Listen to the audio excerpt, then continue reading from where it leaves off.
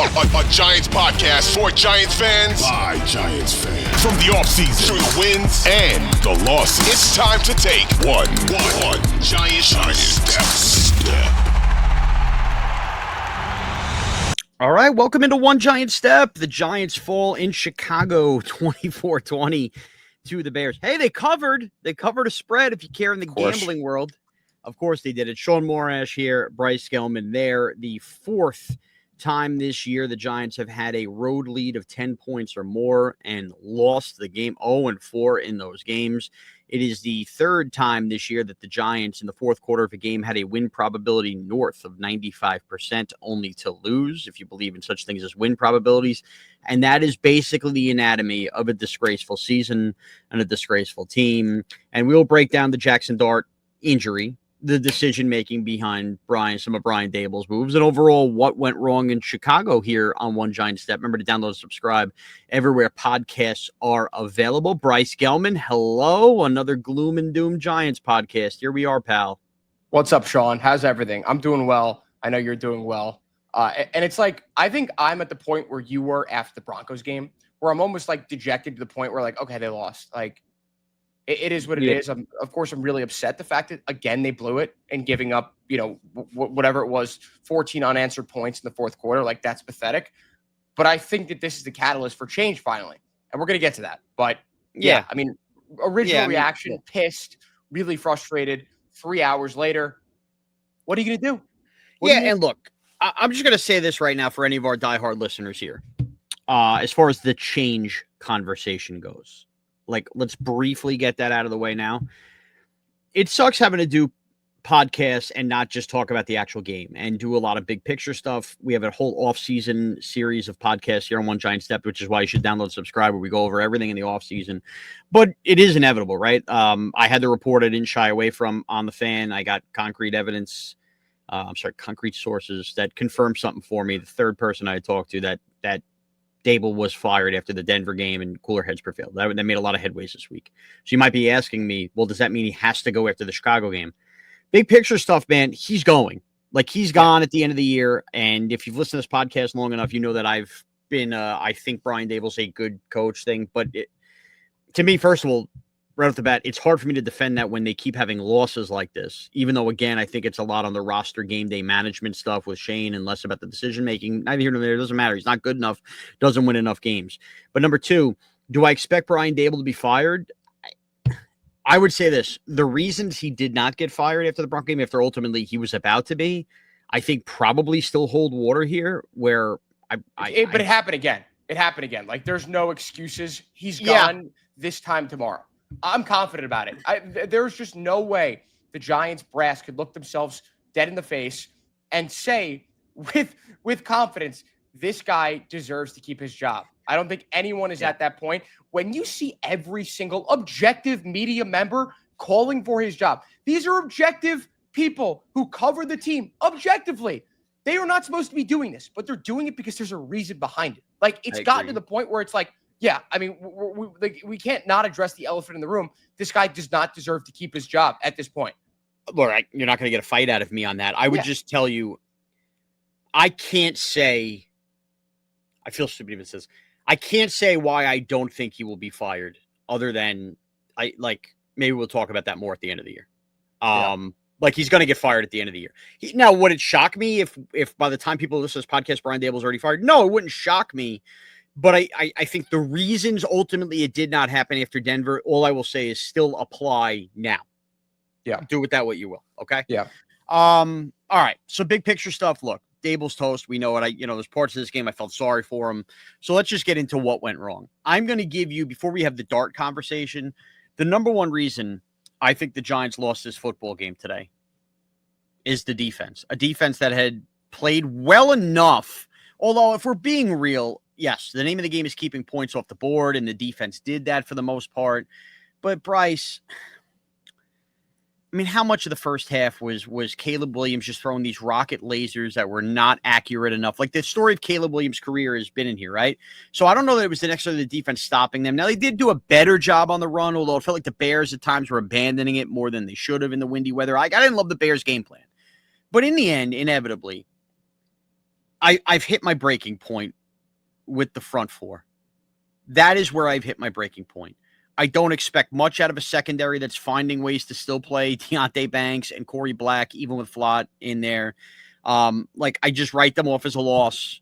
Certain guys I like, certain pieces, right? Holland, I thought was a big addition back today, clearly. The linebacker play, what am I doing with Flanagan Fowles? I mean, he's a lifetime special teamer having to play because depth. He had a good game too. And he had a good game, but you know what I mean? Am I going to yell and scream about the linebacking situation, which I thought was fine, actually today, right? The front four, to me, Bryce, is why the Giants lost this game. Pressure stats are cool. The analytic nerds of nerds that you could find on social media and everything will tell you how much the game is not necessarily about sacks. It's about pressuring the quarterback. And I think there is some truth to that.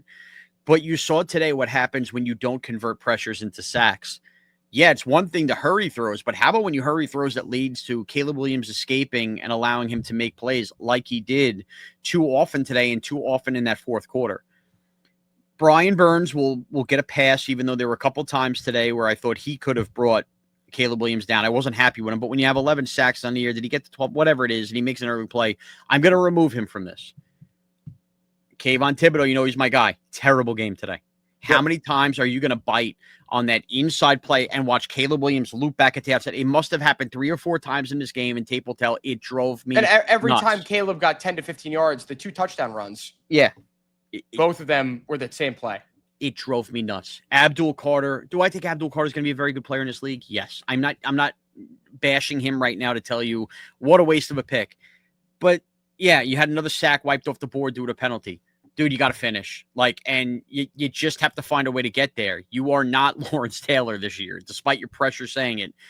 This is a guy who should have 6 sacks by now at a minimum. He just doesn't get home. And Dexter Lawrence, who went into a half-sexy Dexy dance after finally making a play. By the way, that Caleb Williams got past him, was heading upfield, got that call back from a penalty. Other than that, felt invisible in terms of the impact play. So why am I picking on these guys? We spent an entire offseason build-up talking about the identity of the pass rush. We have kind of floated around the idea this year as the defense has collapsed, talking about them getting punished on the run and everything. The bottom line is this, Bryce. Quarterback injury be damned.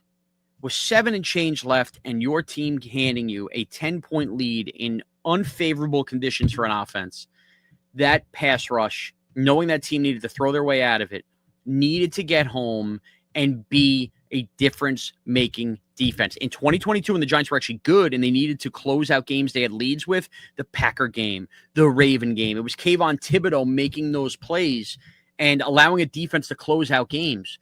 This team has 4 10-point leads this year on the road and hasn't won any one of them.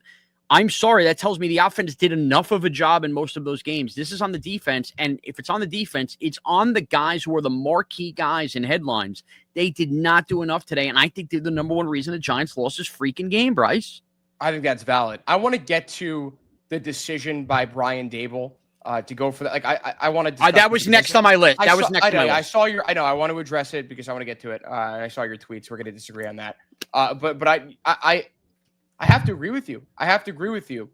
There was a play earlier on in the first quarter. Dexter Lawrence beat a double team, got to the quarterback, didn't actually sack him, but another play, of course, he did sack him. Him and Abdul Carter each had their own first sacks of the season, brought back because of penalties, whatever happened there. That's infuriating. But in the fourth quarter, you're right. You've got to bring the quarterback down. You have to sack the quarterback. Caleb Williams is a very elusive quarterback. We understand that. He's able to evade pressure with the best quarterbacks in the NFL. But at the end of the day, you have to make a tackle. You are an NFL football player. This isn't Lamar Jackson. This isn't Lamar. He's not as elusive as Lamar. He's not as elusive as Jaden Daniels. You have to bring down Caleb Williams. He's not some world beater when it comes to speed, Shaun. He doesn't run a 4.4. You know what I mean? This guy is not one of the fastest players in the league. No excuses. Bring him down. And it's like, what was it, like 15 pressures or something like that? One time? You can't get him down one time? And yes, there were 2 sacks in that game that were brought back due to penalties. They don't count. So whether you want to blame Deonte Banks, who sucked, and it's funny because the first drive for the Bears, their entire offensive game plan was throw it to whoever Deonte Banks is guarding. I was like, that's all they have. And respect, Ben Johnson. That's smart. You got to sack the quarterback. You have to. And it was the these difference are the in the game. most important players on the team besides the quarterback. The quarterback's always going to be the most important player by default. But when we looked at this team before the season, on paper, who are the 4 guys we focus on the most? The front 4. Yep. Not the good defensive line. And have they been? I mean, Burns, amazing. Can't say anything bad about him. Wasn't a great game for him, though. He missed a couple opportunities. But you cut him some slack considering how good he's been all year long. Abdul Carter, Dexter Lawrence, Kayvon Thibodeau, where the F were you in this game? Where were you? And Dexter, this has become a week-by-week thing. Dude, we could do 2 podcasts on how disappointing he's been this season. That's another story for another day. But I'd like to focus on the collective effort from all of them because collectively they sucked. Yeah, I was so just disheartened. And again, the roster management, the game day management, we can get to all of it. Like it all sucks, but like that's supposed to be the strong part of your team. And what the team played into with a lead should be your calling card to go close a football game out. And it just hasn't been. And I thought it was so evident today with the missed tackles. Now let's get to the decision-making, because there's one I had an issue with, one I didn't have an issue with. I'm sensing that you have a disagreement on it, which is fine. I know Greg Olsen hated it. So when the Giants go down after the Jackson Dart injury, I know we're kind of working backwards here because we haven't tackled the Dart injury, but that's fine. We'll close out with that. That'll be our closing thoughts on everything going on with that. Russell Wilson comes into the game. Giants do a really good job on the ground. They're kind of, wearing things down there. And then they find themselves in a spot that was all too familiar in the first 3 weeks of the season with Russell Wilson, which is getting the ball inside the 5 and struggling to find a way to get it home. They get a penalty on that 4th down, which could make it a 4th and a half a yard. And well, Bryce, let me just don't go long-winded here, but just before they got the penalty and it was a straight 4th and 1. Did you want to go for it or did you want to kick? I did, but I wasn't totally upset with them kicking it. But when you get that penalty and when you get down to the half-yard line, you have to go for it. You were gifted that. Like that's a sign from the football gods. You got to go for it.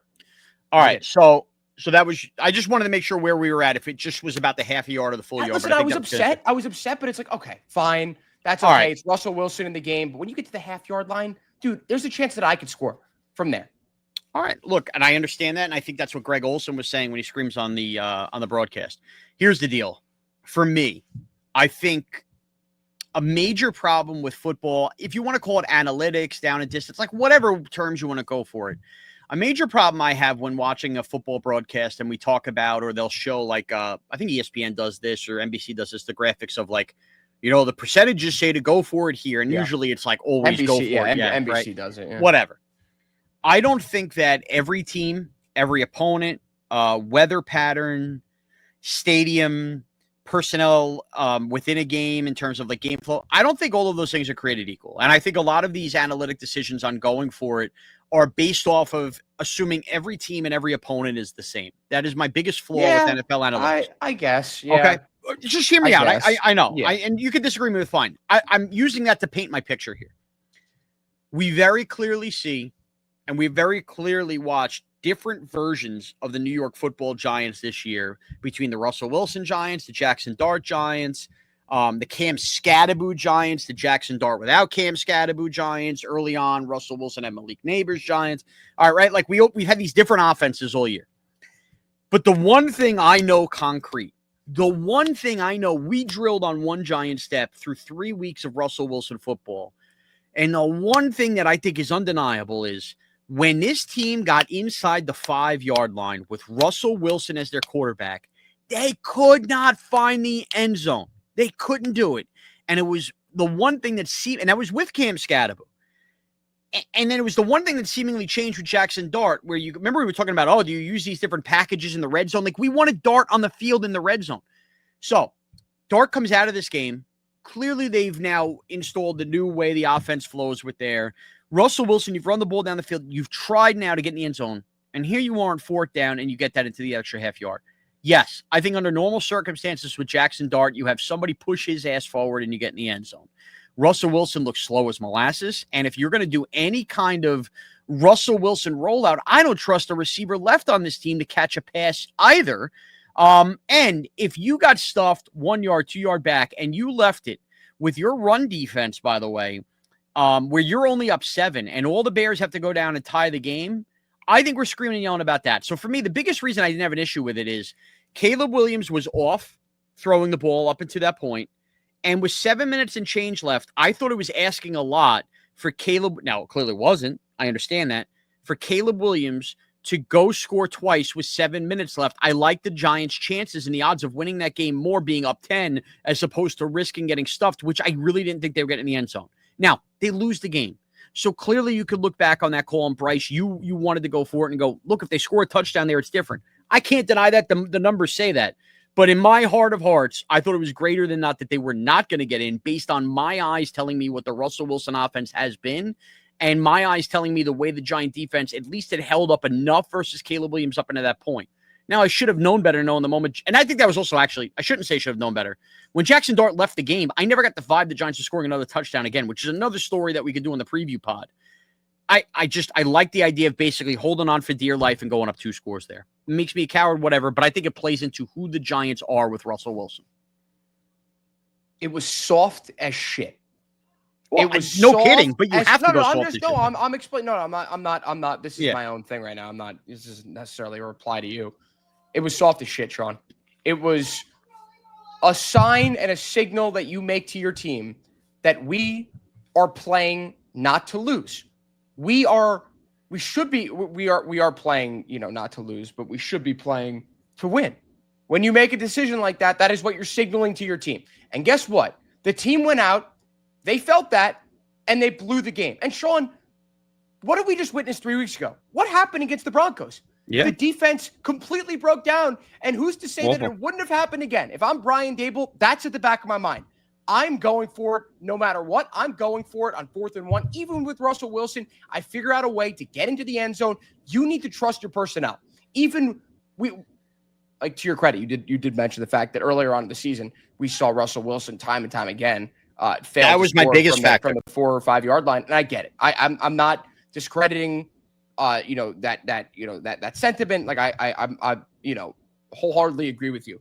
But the fact of the matter is, with that game script, with what was happening at that time, Brian Daboll said to the kicker out there from the 1 yard line, dude, you're losing that game. It doesn't matter what Caleb Williams has done before. Once you make a soft ass move like that, on your team is 2-7. Your team is 2. What do you have to lose? What do you have to lose by doing that? And I understand the Bears went down and scored, and they ended up scoring the touchdown. It would have been a tie game. I understand that. If you score a touchdown there, you essentially win the game. You essentially win the game because the second you kicked that field goal and you signaled to the Bears, hey, we are playing not to lose, the Bears went out there and they took the effing game and they won it. It was that simple. And again, dude, I agree with you. The analytics don't tell you the full story, but the vibes of that game, where the Giants were, Jackson Dart out of the game, the defense starting to break. You have to go for that. I don't care who's the quarterback, who's under center. You don't have Scattaboo. I don't care. You need to score a touchdown there to put yourself in the best chance to win this game. You kick a field goal. Congratulations. You're up 2 scores. How did that work out for you? And I know hindsight's 20/20, and you admitted that. They ended up losing the game. Sure. But in that moment, I knew the second that he sent the kicker out there, the second Young Wei Koo sent that kick through the uprights, I said the Giants are losing this game. They are losing the game. No matter what we saw from Caleb Williams earlier on in the game, the second they signaled to the Giants team, we are pussies, that's when the game was lost. It's that simple to me. I mean, it's semantics. I don't think kicking the field goal is playing not to lose. I think they were trying to go up 2 scores. It is. But you have a chance to put your foot on their throats. You got to remember, though, and this is where the Giants are very backwards, and this is where things get affected on game day.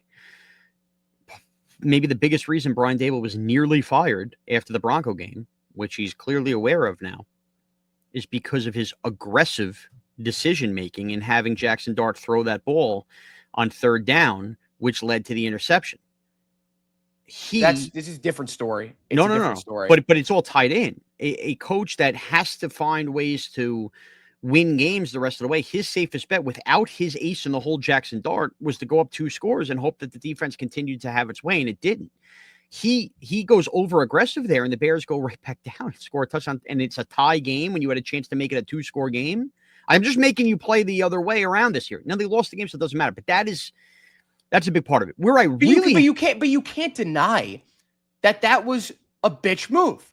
You can't tell me right now That was not a bitch move. It was, but I think that you have a That's all I bitch want team, to know. and the coach was coaching to the players he had on the field.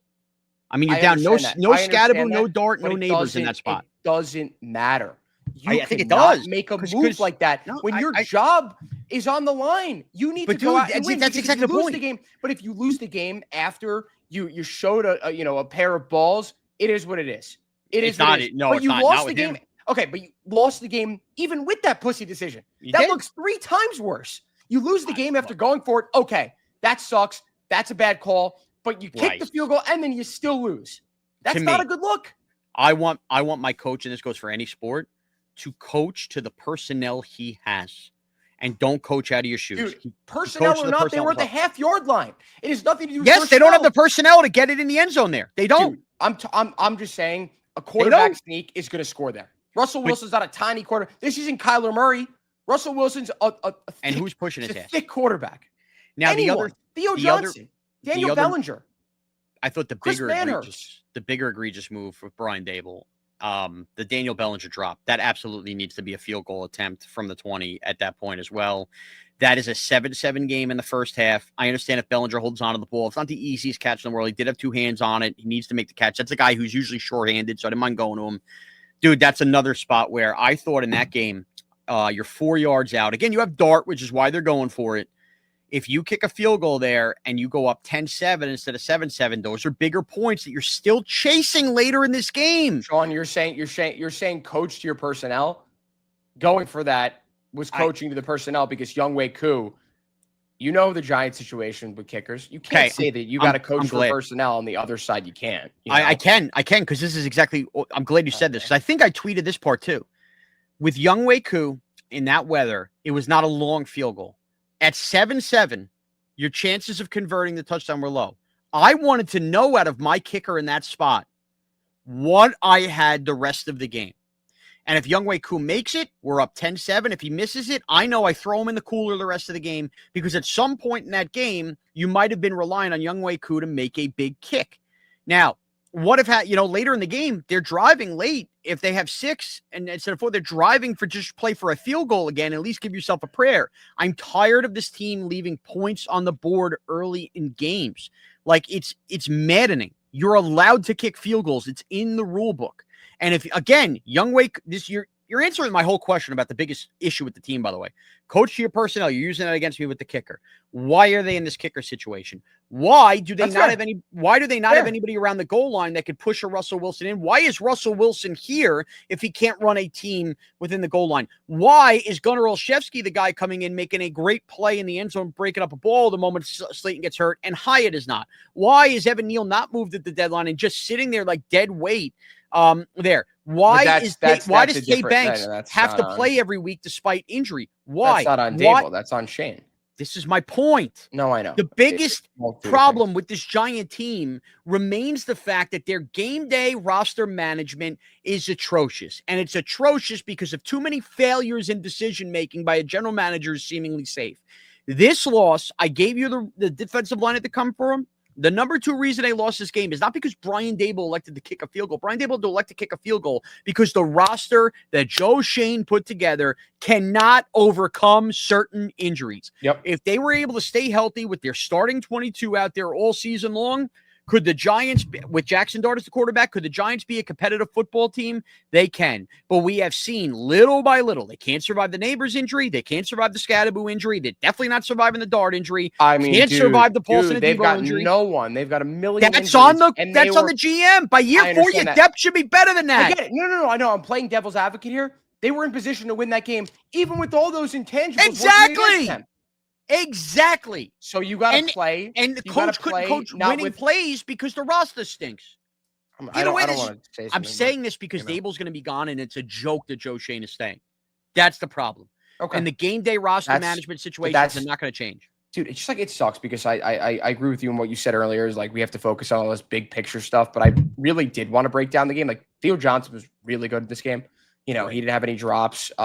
Terrific. Slayton makes an insane catch. Slayton looked good in that game. It's really unfortunate that we can't focus. Dude, like I sit down and I try, I write notes. I try, I really want to get the full experience for this podcast. We can come on and talk about the X's and O's. Yeah. But instead, we have to come on here and talk about whether the coach should be fired, whether the GM should go, whether Shane Bowen is a terrorist or not. Like that's the kind of stuff that we're talking about week in and week out, when it shouldn't be that. We should be at this point. And Shaun, you said it earlier, to your credit, they should be 6-4 right now.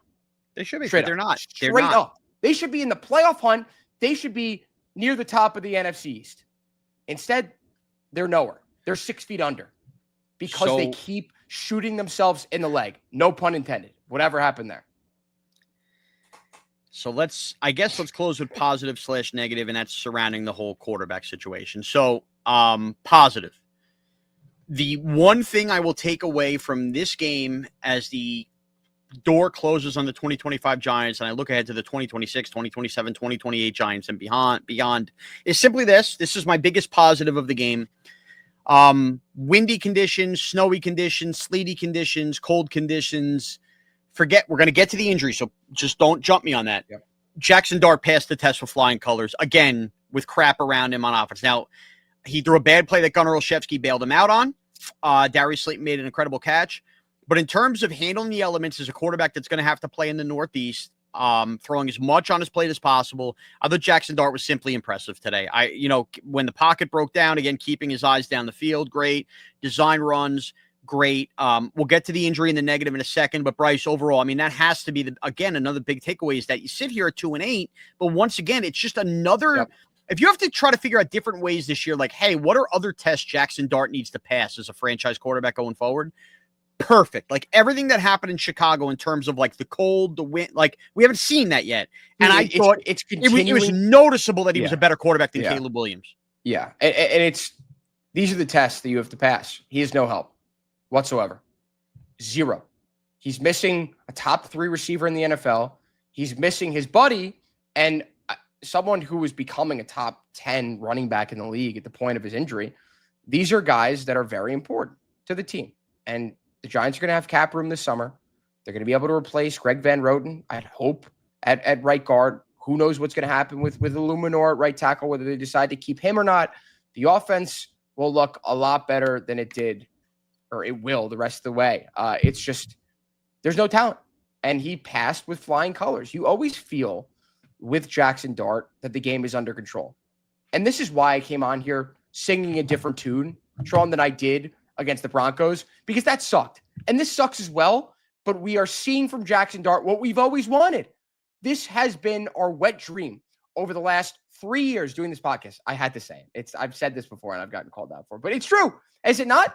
Have we not all went to sleep and dreamed of Jackson Dart, the type of player that he is, someone who could have huge plays on the fly? That's the biggest thing that I take away with him.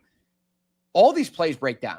Like a lot of plays have broken down. We saw it with Daniel Jones. He wasn't able to extend plays. He didn't understand when the pressure was getting to him. Jackson Dart is the polar opposite. The polar opposite. And they say, and they compare him a lot to Patrick Mahomes, but that's the best, the best comparison to him and how he's able to do this.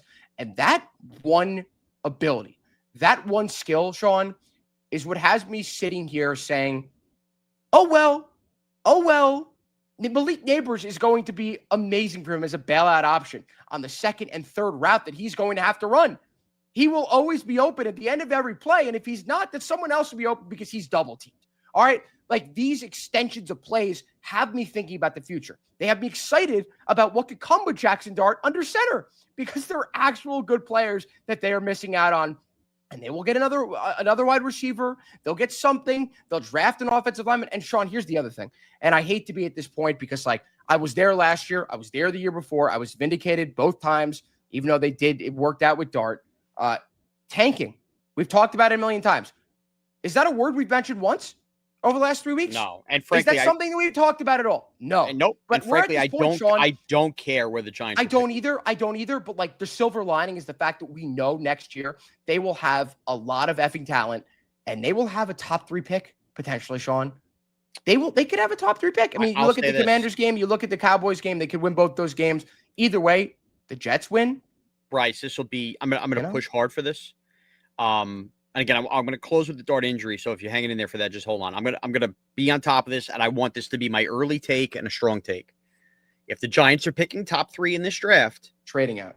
yeah, I think that now, again, I'm not trading for a bucket of balls, and the Titans could be ahead of them where they're getting the trade partner. But if you have a team hungry for a quarterback, or like the Jaguars did for Travis Hunter this year, I think the Giants, without having a 3rd-round pick this year because of the Jackson Dart trade up, are a prime candidate to move back a few slots.